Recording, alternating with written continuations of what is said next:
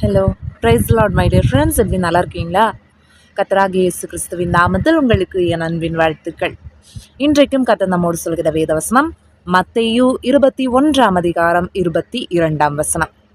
மேலும் விசுவாசம் உள்ளவர்களாய் நீங்கள் ஜெபத்திலே எவைகளை கேட்பீர்களோ அவைகளை எல்லாம் பெறுவீர்கள்.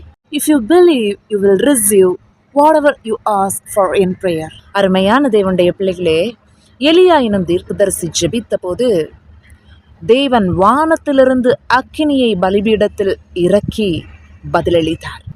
அந்நாள் ஜெபித்த போது சாமுவேலை கொடுத்து கர்த்தர் ஆசீர்வதித்தார். சிறைச்சாலையிலே பவுலும் சீலாவும் துதித்த போது கட்டுகள் எல்லாம் கழன்று போயின. இன்றைக்கு நாமும் கூட நம்முடைய தேவைகளை நம்ம ஸ்தோத்திரத்தோடு கூடிய ஜெபத்தினாலும் வேண்டுதலினாலும் தேவனுக்கு தெரியப்படுத்த வேண்டும்.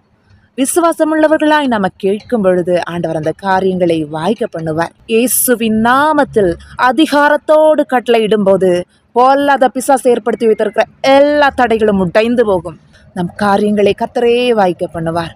ஆண்டவருக்காக நாம் செலவிடும் ஒவ்வொரு நிமிஷமும் அதற்கேற்ற பிரதிபலனை கர்த்தர் நமக்கு நிச்சயமாய் நம்முடைய வாழ்க்கையில தருவார். நாம் நிற்பதும் நிர்மூலமாகாமல் இருப்பதும் அவருடைய கிருபையே.